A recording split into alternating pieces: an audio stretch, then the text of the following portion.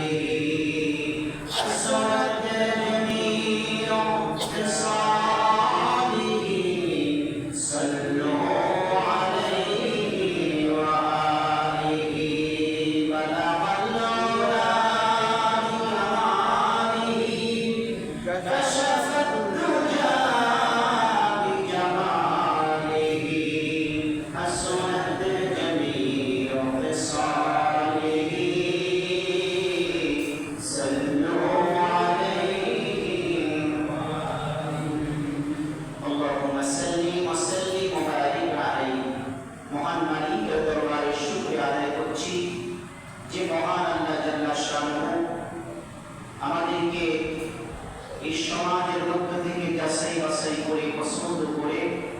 মুহাব্বত করে আল্লাহ রাব্বুল আলামিনের মহান হুকুম জুমার নামাজ জামাতের সাথে আদায় করার জন্য পৃথিবীর সবচেয়ে দামি জায়গা মসজিদে আসা ও বসার তৌফিক আমাদের সকলকে দান করেছেন। হৃদয়ের সবটুকুন ভালোবাসা উজাড় করে মহান মালিকের দরবারে উচ্চ আওয়াজ দিয়ে আল্লাহ পাকের দরবারে শুকরিয়া আদায় করি। সবাই বলুন আলহামদুলিল্লাহ।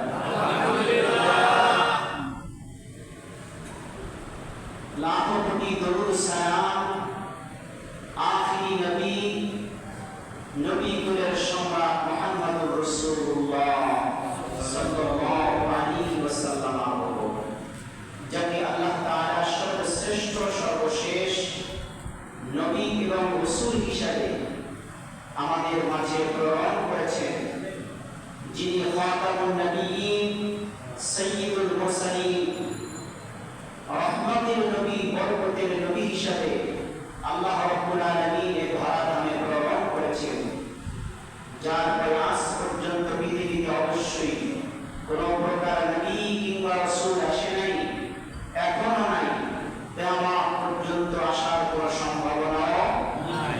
সেই মহামানবের উপরে মুহাব্বতের সাথে আরেকবার দরুদ সালাম করুন। সবাই বলুন সাল্লাল্লাহু আলাইহি ওয়াসাল্লাম। সম্মানিত উপস্থিতি, আজকে আলোচনার বিষয় হলো তাওবা। সূরাতুত তাহরীমের মধ্যে আল্লাহ রাব্বুল আলামিন ৮ নং আয়াতে কারিমার মধ্যে আল্লাহ তাআলা ইরশাদ করেছেন, ইয়া আইয়ুহাল্লাযীনা আমানু তুবু ইলাল্লাহি তাওবাতান নাসুহা।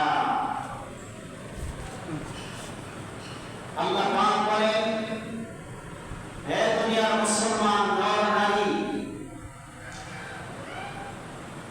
হে ঈমানদারেরা, আল্লাহর কাছে তওবা করো, খালেস তওবা, খাঁটি তওবা, জেনুইন তওবা করো। কার কাছে?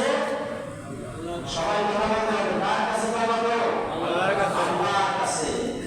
তুবু ইলাল্লাহি জামিআ, আল্লাহর কাছে তওবা করো, তাওবায়ে নাসুহা করো।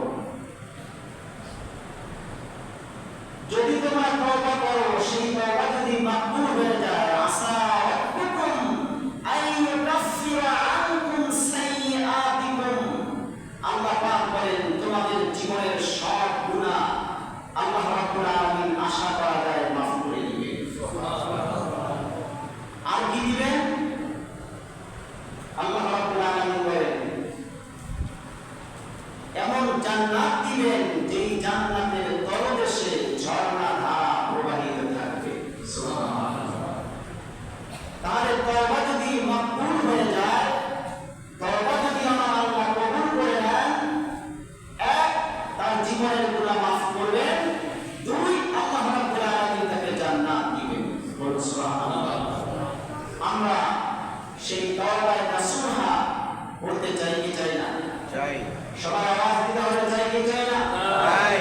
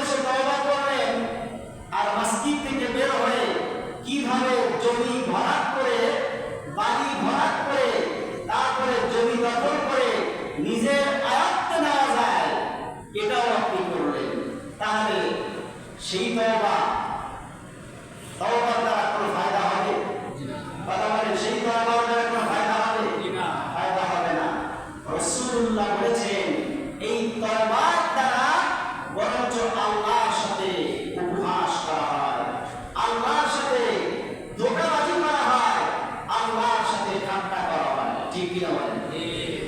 তওবা করতে হবে এমন তওবা যেই তওবা করার পরে আপনি আর ওই গুনাহ করতে পারবেন না। ঠিক কিনা বলেন? সেজন্য আল্লাহ রাব্বুল আলামিন বলেন, ও দুনিয়ার মুসলমান, তওবা করো এমন তওবা যেই তওবার পরে তুমি আর গুনাহের দিকে ফিরে যেতে পারবে না।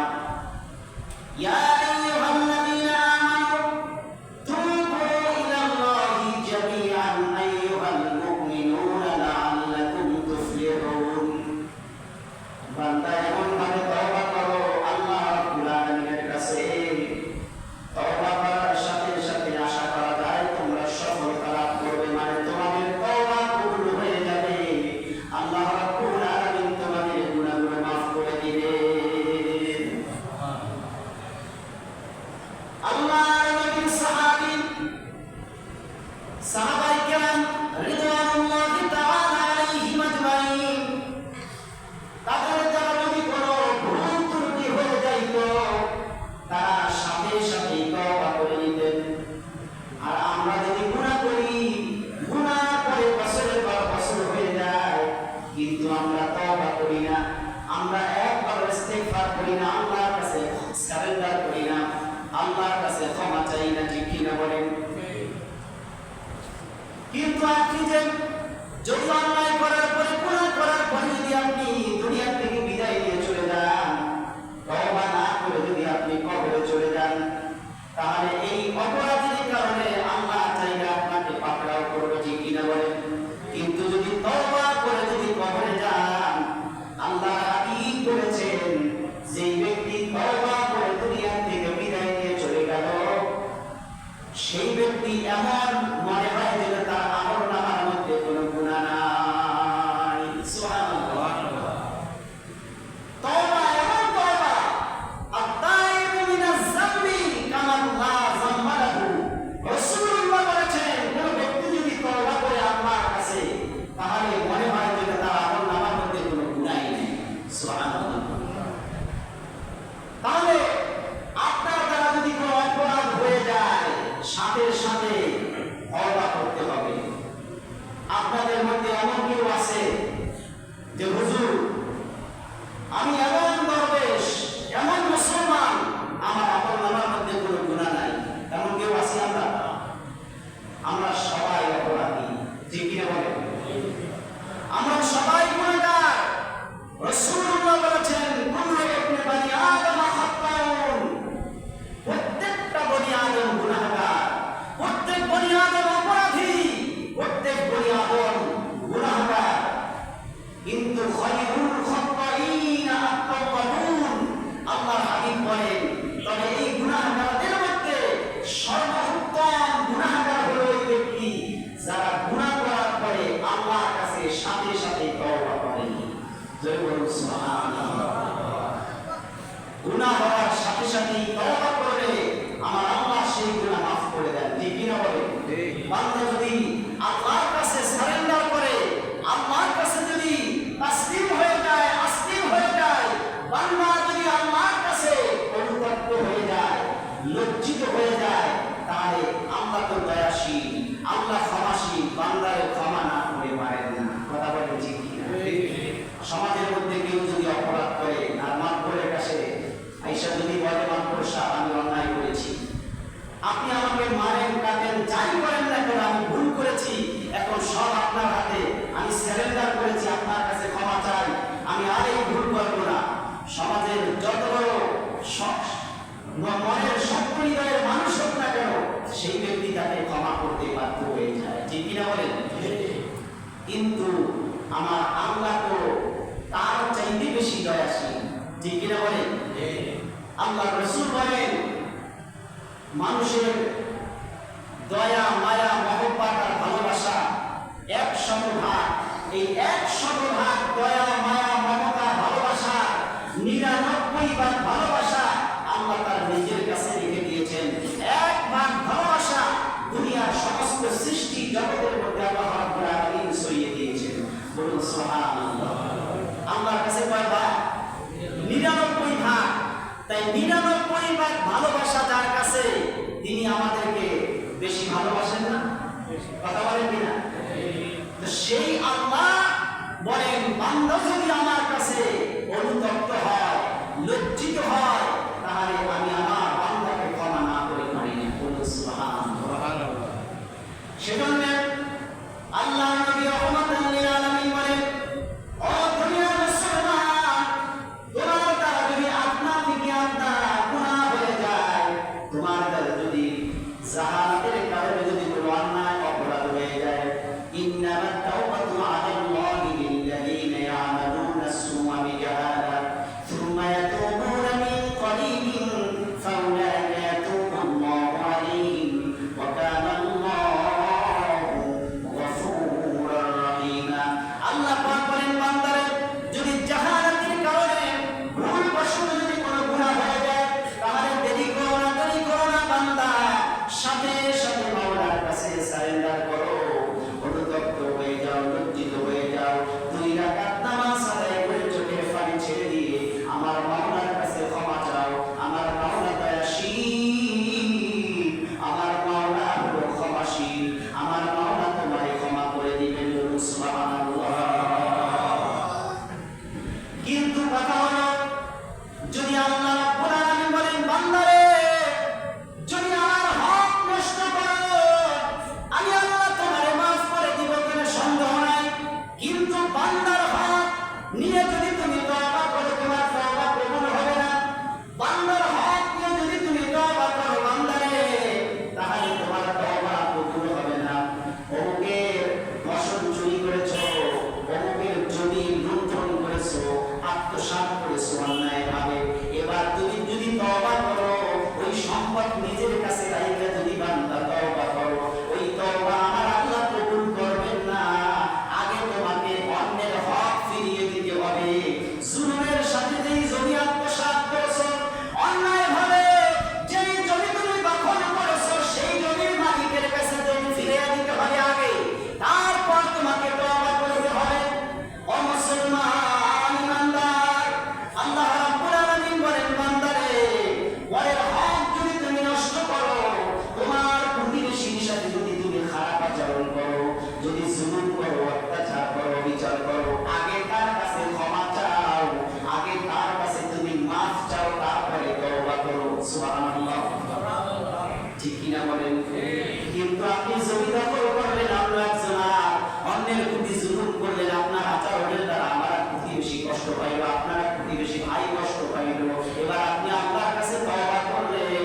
আল্লাহ পাক ডেকে ডেকে বললেন, বান্দারে আগে তোমার প্রতিবেশীর কাছে মাফ চাও, আগে তোমার প্রতিবেশীর কাছে ক্ষমা চাও, আগে তুমি তোমার ভাইয়ের জমি সঠিকভাবে তুমি তাদেরকে বুঝিয়ে দাও, তারপর যদি আমার কাছে ক্ষমা চাও, আমি আল্লাহ তোমাকে মাফ করে দিব। বলুন সুবহানাল্লাহ। কিন্তু ওই যে বাড়ি ভাড়া করেছেন, ওই যে জমি দখল করেছেন, লাখ লাখ টাকার মালিক হয়েছেন, কোটি কোটি টাকার মালিক হয়েছেন পরের জমি দিয়া, এবার আপনি তওবা করলে আমার আল্লাহ কিভাবে বান্দার হক নষ্ট করা তওবা কবুল করবে? ঠিক কিনা বলেন? আপনি তো 5ই আগস্টের পরে অন্যায়ভাবে মানুষের উপর জুলুম করেছেন, আবার 5ই আগস্টের আগে যারা জুলুম করেছে সবাই অপরাধী। ঠিক কিনা বলেন? যারা আগেও জুলুমের সাথে আত্মসাৎ করেছে মাল, আবার যারা পরেও যারা আত্মসাৎ করেছে অন্যায়ভাবে, উভয়ই জালেম, উভয়ই জুলুমবাজ, উভয়ই অত্যাচারী। ঠিক কিনা বলেন? যারা জনগণের মালকে আত্মসাৎ করেছে, জনগণের হককে নষ্ট করে দিয়েছে, এরা সবাই জালেম, এরা সবাই জুলুমবাজ। এরা যদি তওবা করে আল্লাহর কাছে, আল্লাহ বলেন, লা ইয়াকবালুল্লাহু তাওবা, আমি আল্লাহ তাদের তওবা কবুল করব না। ঠিক কিনা? আগে গর্বের সহিত হবে, পরে হক ঠিকভাবে আদায় করে দিতে হবে। ঠিক কিনা বলে?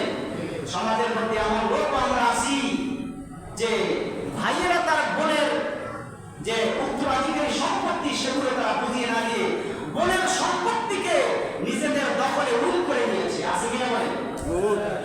আপনাদের বলারও আছে কিনা জানি না, তবে আমার এলাকায় আছে এক মুন্সি টাইপের লোক, বোনের সম্পত্তিকে আত্মসাৎ করে ভাইয়েরা জমিকে উইল করে নিজেদের নামে দখল করে নিয়েছে। এরা যদি তওবা করে, তাহাজ্জুদের নামাজ পড়ে কপালটাকে দাগ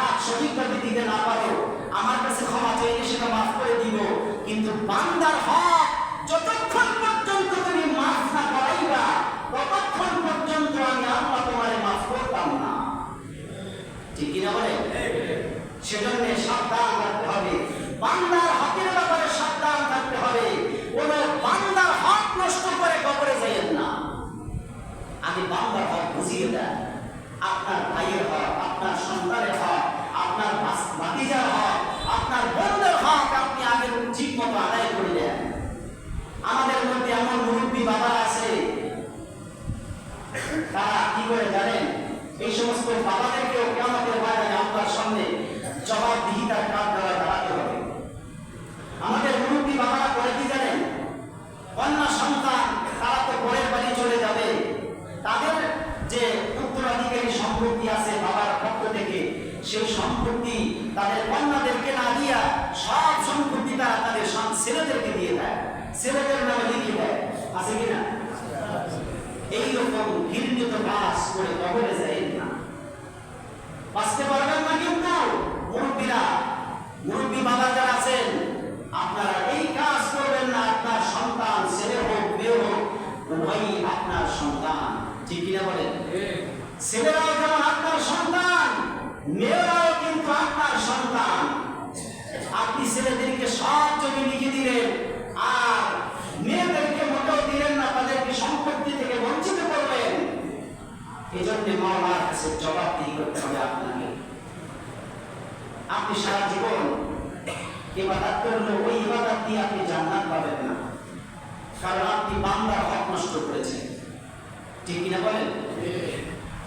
সেজন্য রাসূলুল্লাহ বলেছেন লিযযাকারি মিসলু হাদ্দিল উনসায়াইন। আল্লাহ রাব্বুল আলামিন বলেছেন লিযযাকারি মিসলু হাদ্দিল উনসায়াইন। ও দুনিয়ার মুসলমান, একজন ভাই যা পাবে অর্ধেক তার বোন পাবে, সেইভাবে তুমি ইসলামের সরাই মোতাবেক, শরীয়ত মোতাবেক বোনের হক আদায় করে দাও, ভাইয়ের হক সঠিকভাবে আদায় করে দাও।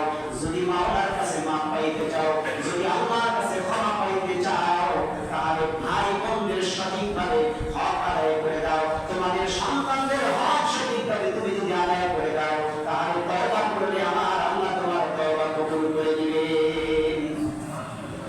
সাহাবায়ে কেরাম রাদিয়াল্লাহু তাআলা আলাইহিম আজমাইন তারাও তওবা করেছেন, আর আমরাও তওবা করি। তাদের তওবা আর আমাদের তওবার মধ্যে আকাশ পাতাল ব্যবধান।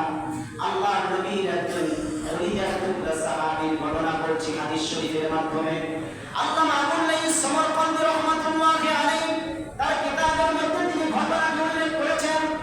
যত সাহাবায়ে কেরাম ছিল, রাসূলুল্লাহর একাধিক সাহাবায়ে কেরাম যারা ছিল, সমস্ত সাহাবায়ে কেরামের মধ্যে নিম্ন দরজার, নিম্ন স্তরের একজন সাহাবী হযরত ওয়াহশী রাদিয়াল্লাহু তাআলা আনহু। তিনি হচ্ছেন সাহাবায়ে কেরামের মধ্যে নিম্ন দরজার একজন সাহাবী হযরত ওয়াহশী রাদিয়াল্লাহু তাআলা। নাম শুনেছেন আপনারা? ওয়াহশী রাদিয়াল্লাহু তাআলা এই সাহাবী রাসূলুল্লাহর আপন চাচা হামজাকে শহীদ করে দিয়েছেন। কি রকম? শহীদ করার পরে তার বুকটা ফেলে তারপরে কলিজাটা বের করে আবু সুফিয়ানের স্ত্রী হিন্দার কাছে দিয়েছিল। শুনেছেন না বাবা? আবু সুফিয়ানের স্ত্রী হিন্দার কাছে হামজার কলিজা দেওয়ার পরে আবু সুফিয়ানের স্ত্রী সেই হিন্দা তার কলিজা চিবিয়ে চিবিয়ে খেয়েছিল। কিন্তু রাসূলুল্লাহর চাচা হামজাকে শহীদ যিনি করেছেন সেই ব্যক্তির নাম হলো ওয়াহশী। এই ওয়াহশী আল্লাহর নবী রাহমাতুল লিল আলামিন মক্কা থেকে যখন মদিনাতুল মুনাওয়ারায় হিজরত করেছেন, রাসূলুল্লাহর দরবারে হযরত ওয়াহশী চিঠি লিখে পাঠিয়ে দিলেন মদিনাতুল মুনাওয়ারায় মক্কা থেকে। ইয়া রাসূলুল্লাহ, ইয়া হাবিবাল্লাহ, আমি ইসলাম গ্রহণ করতে চাই। ইসলামের সুশীতল ছায়ার ভিতরে আমি প্রবেশ করতে চাই, কিন্তু আপনার কোরআনে একটি আয়াত আমাকে ইসলাম গ্রহণ করা থেকে বাধা দিচ্ছে। ওয়াল্লাযীনা লা ইয়াদউনা মা'আল্লাহি ইলাহান আখার ওয়া লা ইয়াকতুলুনা আন-নাফসাল্লাতী হারামাল্লাহু ইল্লা বিল হাক্কি ওয়া লা ইয়াজনুন ওয়া মান ইয়াফআল যালিকা ইয়ালকা আসামা। এই আয়াতটা আমাকে ইসলাম গ্রহণ করার ক্ষেত্রে বাধা দিচ্ছে। আমি তো ইসলাম গ্রহণ করতে চাই। এই চিঠি লিখে রাসূলুল্লাহর দরবারে পাঠিয়ে দিলেন। এই আয়াতটা আমাকে ইসলাম গ্রহণ করতে দিচ্ছে না। আল্লাহ রাব্বুল আলামিন কোরআনের আয়াত নাযিল করে দিলেন।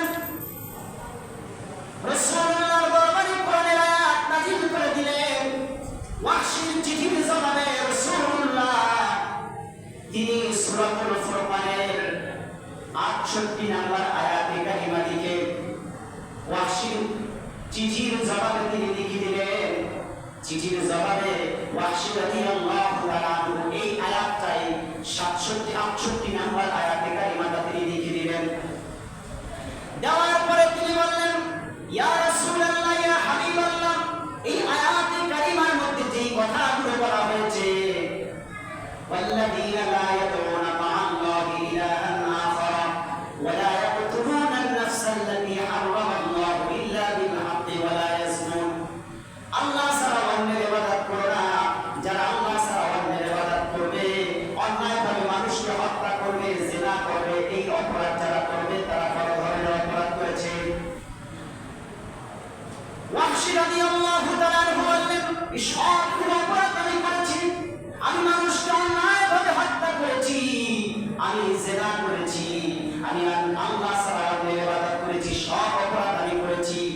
কিন্তু রাসূলুল্লাহ সাল্লাল্লাহু আলাইহি সাল্লাম চিঠির মধ্যে যখন আয়াতে কারিমা লিখে দিলেন, দেওয়ার পরে তিনি বললেন, সব অপরাধ তো করেছি আল্লাহ, আমি আল্লাহর কাছে কিভাবে ক্ষমা চাইব, কিভাবে আমি তওবা করব, আপনি আমাকে বলে দেন, আমি তো ইসলাম গ্রহণ করতে চাই। এবার আল্লাহ রাব্বুল আলামিন কোরআনে কারীমের একটি আয়াত তিনি চিঠির মধ্যে লিখে দিলেন। সূরা লোকমানের 70 নম্বর আয়াতে কারিমা আল্লাহ রাব্বুল আলামিন নাযিল করে রাসূলুল্লাহর কাছে। আল্লাহর হাবিব এই চিঠির ভিতরে এই 70 নম্বর লোকমানের 70 নম্বর আয়াতের কারিমা তিনি লিখে দিলেন। আল্লাহর হাবিব নবী মুহাম্মদুর রাসূলুল্লাহ এই চিঠিটা আবার হযরত ওয়াহশীর কাছে পাঠিয়ে দিলেন। 70 নম্বর আয়াতে কারিমা যখন তিনি পাঠিয়ে দিলেন, এই আয়াতে কারিমার মধ্যে একটি শর্ত আছে, যারা আল্লাহর সাথে শরীক স্থাপন করে তাদেরকে আল্লাহ রাব্বুল আলামিন ক্ষমা করবেন না, আর বাকি যত অপরাধ আছে সব অপরাধ আল্লাহ মাফ করে দিবেন। কিন্তু শিরকের মতো গুনাহ যারা করবে, শিরকের মতো অপরাধ যারা করবে, আল্লাহ রাব্বুল আলামিন তাদেরকে মাফ করবেন না। এবার ওয়াহশী চিঠি লিখে পাঠিয়ে দিলেন, ইয়া রাসূলুল্লাহ, ইয়া হাবিবাল্লাহ, যে আয়াত আপনি আমাকে দিয়েছেন, এই আয়াতের মধ্যে একটি শর্ত দেওয়া হয়েছে যে আল্লাহর সাথে শরীক করা যাবে না। কিন্তু আমি তো অন্যায় করেছি, অপরাধ করেছি, আল্লাহর সাথে শরীক স্থাপন করেছি, তাহলে আমি কিভাবে মাফ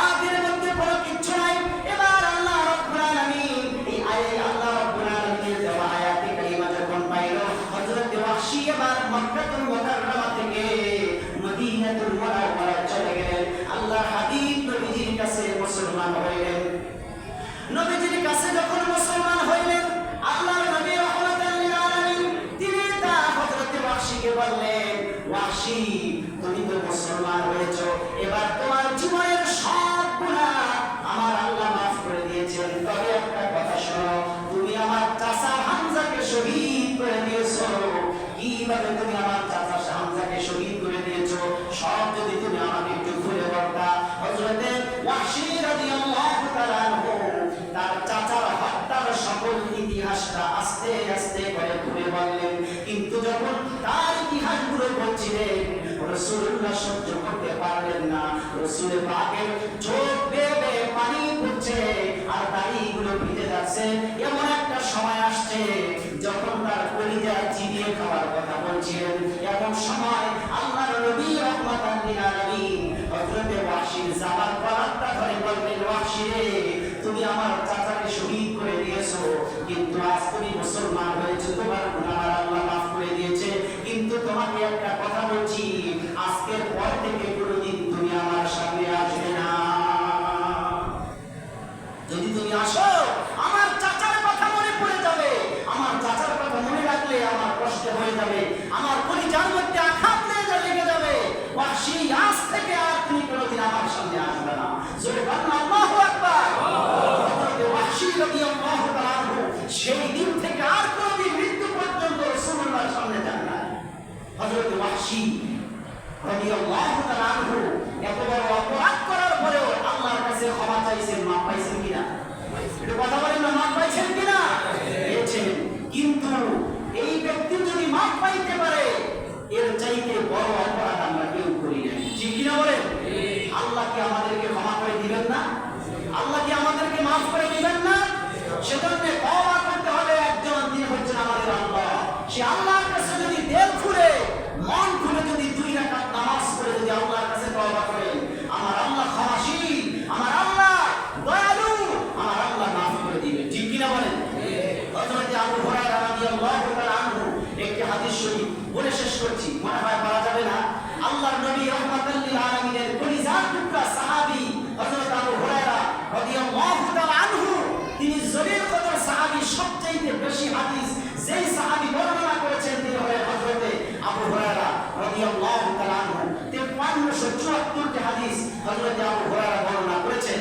এই সাহাবী তিনি রাসূলুল্লাহর সাথে ইশারের নামাজ জামাতের সাথে আদায় করার পরে, নামাজ থেকে বের হওয়ার পরে তিনি দেখলেন একজন মহিলা দাঁড়িয়ে আছেন মসজিদের বাহিরে। তখন হযরতে আবু হুরায়রার কাছে মহিলাকে বলল যে, হে রাসূলুল্লাহর সাহাবী, আমি এমন একটি অপরাধ করেছি যে অপরাধ আমার আল্লাহ ক্ষমা করবেন না, কোন ব্যবস্থা আছে কিনা আপনি আমাকে বলে দেন, আমি তো জেনার মতো অপরাধ করেছি। হযরতে আবু হুরায়রা বললেন, এমন কোন অপরাধ তুমি করেছো যে অপরাধ আমার আল্লাহ ক্ষমা করবেন না, যে অপরাধ আমার আল্লাহ মাফ করবেন না, এমন কোন অপরাধ করেছো? মহিলাটি বলল, আমি জেনা করেছি এবং জেনার মাধ্যমে যে সন্তান হয়েছে তাকেও আমি হত্যা করেছি। আল্লাহু আকবার বলে। জেনা তো করেছি, জেনার মাধ্যমে যে সন্তান হয়েছে সেই সন্তানকেও হত্যা করে ফেলেছি। হযরত আবু হুরায়রা বললেন যে, তুমি এখান থেকে দূর হয়ে যাও, তুমি নিজেও ধ্বংস হয়েছো, তুমি একটা নিষ্পাপ বেগুনা মাসুম বাচ্চাকেও তুমি হত্যা করেছো, তুমি আল্লাহর নাফরমান বান্দা, তোমার জন্য কোনো তওবা নাই। এই কথা শোনার পরে মহিলাটি অজ্ঞান হয়ে পড়ে গেল। অজ্ঞান হয়ে পড়ে যাওয়ার পরে এই অবস্থায় রেখে হযরত আবু হুরায়রা রাদিয়াল্লাহু তাআলা আনহু তিনি চলে আসলেন। মনে মনে আসার সময় মনে মনে বললেন যে, আমি যে তাকে ফতোয়া দিলাম, তোমার তওবা আমার আল্লাহ কবুল করবে না, তোমাকে মাফ করবেন না, তাহলে রাসূলুল্লাহ তো এখন পর্যন্ত আমাদের মাঝে উপস্থিত আছে, আমি কিভাবে ফতোয়া দিলাম? আমার তো ফতোয়া দেওয়ার কোনো উচিত হয় নাই। চিন্তা করে সুবহানাল্লাহ, সুবহানাল্লাহ। আমরা তো কি করি, আমাদের কাছে যদি ফতোয়া জিগায়, আমাদের ইমাম সাহেবদের জবাব দেওয়ার আগে, আলেম ওলামাদের জবাব দেওয়ার আগে মুসল্লিরা জবাব দিয়ে দেয়। ঠিক কি না বলেন? আলেম ওলামাদের জবাব দেওয়ার আগে মুসল্লিরা জবাব দিয়ে দেয়, হুজুর আপনার এই ফতোয়াটা দিতে হবে। ঠিক কি না বলেন? কিন্তু আবু হুরায়রার মতো ব্যক্তি তিনি বলতেছেন, আমি ফতোয়া দিয়ে ভুল করেছি। রাসূলুল্লাহর দরবারে চলে গেলেন, ইয়া রাসূলুল্লাহ, ইয়া হাবিবাল্লাহ, একজন মহিলা এই অপরাধ করেছে, আমি তাকে বলেছি তার তওবা কবুল হবে না, আল্লাহ তাকে মাফ করে দিবেন না। এখন হযরতে আবু হুরায়রা যখন এই কথা বললেন, আল্লাহর হাবিব নবীজি বললেন, আবু হুরায়রা তুমি কি করেছো?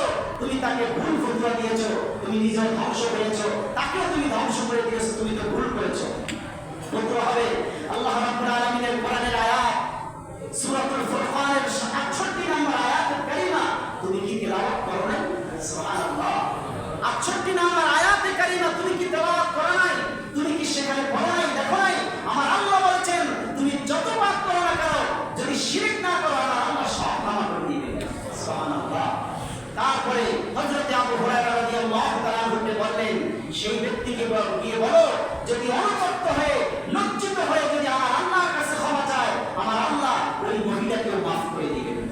সুবহানাল্লাহ। হযরত আবু হুরায়রা রাদিয়াল্লাহু তাআলা আনহু এই ফতোয়া নিয়ে তিনি লোকটিকে খুঁজতে লাগলেন, অলিতে গলিতে খুঁজতে লাগলেন, দৌড় শুরু করে দিলেন। মানুষ তাকে এমনভাবে দৌড় শুরু করে দিয়েছে, আবু হুরায়রাকে মানুষ পাগল মনে করতেছে। আবু হুরায়রা যাও কই, তিনি বলতেছেন আমি ভুল ফতোয়া দিয়েছি, আমি একজন মহিলার কাছে মহিলাকে খোঁজার জন্য আমি চলতেছি। খুঁজতে খুঁজতে একেবারে দিনের শেষের বেলায় গিয়ে মহিলাটিকে পেয়ে গেলেন। তারপর মহিলাকে বললেন, ও মহিলা, আল্লাহর নবী রাহমাতাল লিল আলামিন ফতোয়া দিয়েছেন তোমার জীবনের সব গুনাহ আমার আল্লাহ মাফ করে দিবেন যদি তুমি তাওবা নাসুহা করো, খালেস ভাবে যদি তুমি তওবা করো, আমার আল্লাহ তোমার জীবনের সব গুনাহ মাফ করে দিবেন। সুবহানাল্লাহ।